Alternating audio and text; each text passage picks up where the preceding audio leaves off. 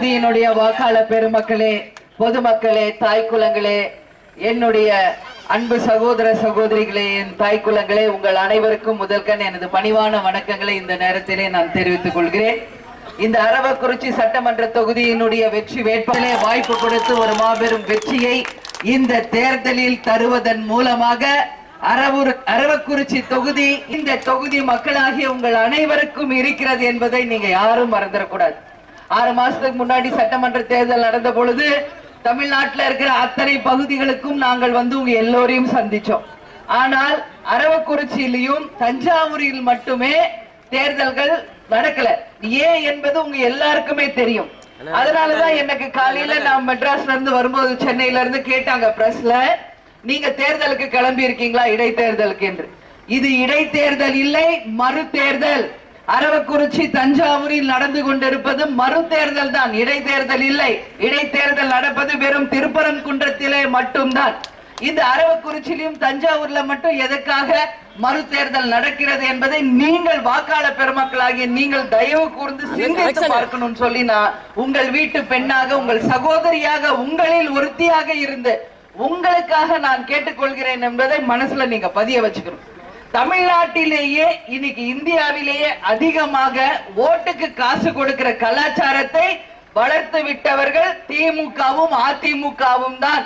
இன்னைக்கு தமிழ்நாடே இந்திய அளவிலே தலை குனிந்து வெட்கப்படக்கூடிய ஒரு நிலைக்கு கொண்டு சென்றுட்டான்.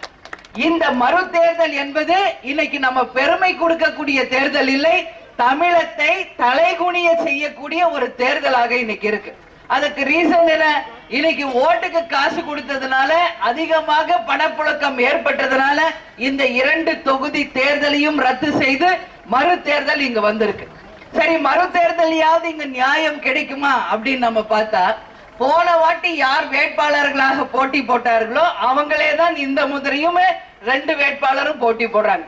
ஒருத்தர் திமுகல ஜேசிபி என்று சொல்லப்படும் கேசிபி அவர்கள் தான் மீண்டும் போட்டி போடுகிறார் என்பதை நான் உண்மையிலேயே வெட்கப்பட்டு நான் சொல்றேன். இன்னைக்கு 2 பேருக்கு தான் டைட்டில் உண்டு தமிழ்நாட்டிலேயே. ஒருத்தர் ஓ பன்னீர்செல்வம், ஓபிஎஸ் சொல்லுவாங்க.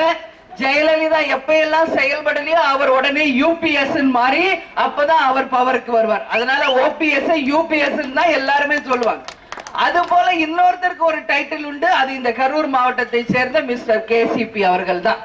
ஏன்னா எனக்கு ஒரு வாட்ஸ்அப்ல ஒரு செய்தி வந்தது, ஏரியல் ஷாட்னு சொல்லுவாங்க. அதாவது ஹெலிகாப்டர்ல பிளைட்ல இருந்து எடுத்த ஒரு ஷாட்ல பார்த்தோம்னா லட்சக்கணக்கான லாரிகள் ஒரு இடத்துல இருந்து மணல் அள்ளக்கூடிய ஒரு மாவட்டம் அது இருக்கிறது என்றால் அது இந்த கரூர் மாவட்டம் தான் என்பதை உண்மையிலே வேதனையோடு நான் இந்த நேரத்தில் பதிய வைக்கிறேன்.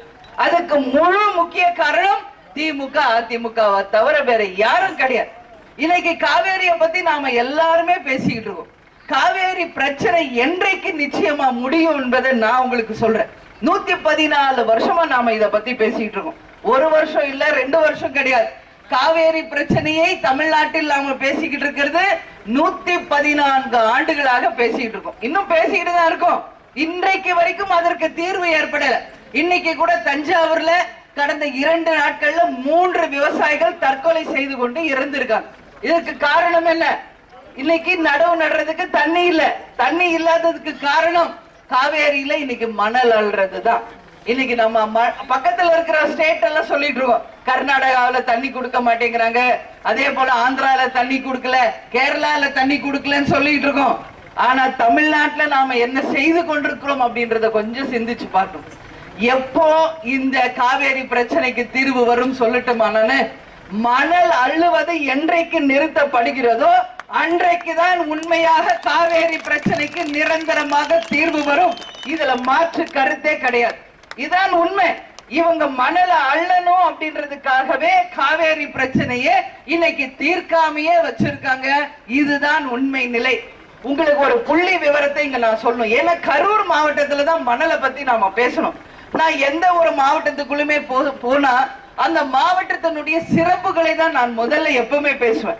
அப்படி இருக்கிறப்ப கரூர் மாவட்டத்துல எதெல்லாம் முக்கியமா ஃபேமஸ் அப்படின்னா, வெற்றிலை ஃபேமஸ் தெரியும், வாழை ஃபேமஸ் அது நமக்கு தெரியும், அதே போல இங்க ஜெல்லி பண்ற கிரஷர் ஃபேமஸ். இதை எல்லாத்தோட எது ஃபேமஸ் கேட்டா மணல் ஃபேமஸ், மணல் அள்ளுறது ஃபேமஸ்னு ஒருத்தர் சொன்னாங்க. உண்மையிலே நான் மனம் நொந்து போயிட்டேன். ஏன்னா திருச்சியில இருந்து நானும் ஒவ்வொரு வாட்டியும் வரும்போது பாக்குறேன், வழி நெடுக்க லாரிகள் மூலம் மணல் அள்ளுறது என்னைக்குமே குறையாத அளவு போயிட்டு தான் இருக்கு. அப்போ இங்க இருக்கிற எதிர்கால சன்னதிகளுடைய வாழ்க்கை என்ன அப்படிங்கிறது ஒரு மிகப்பெரிய கேள்விக்குறி.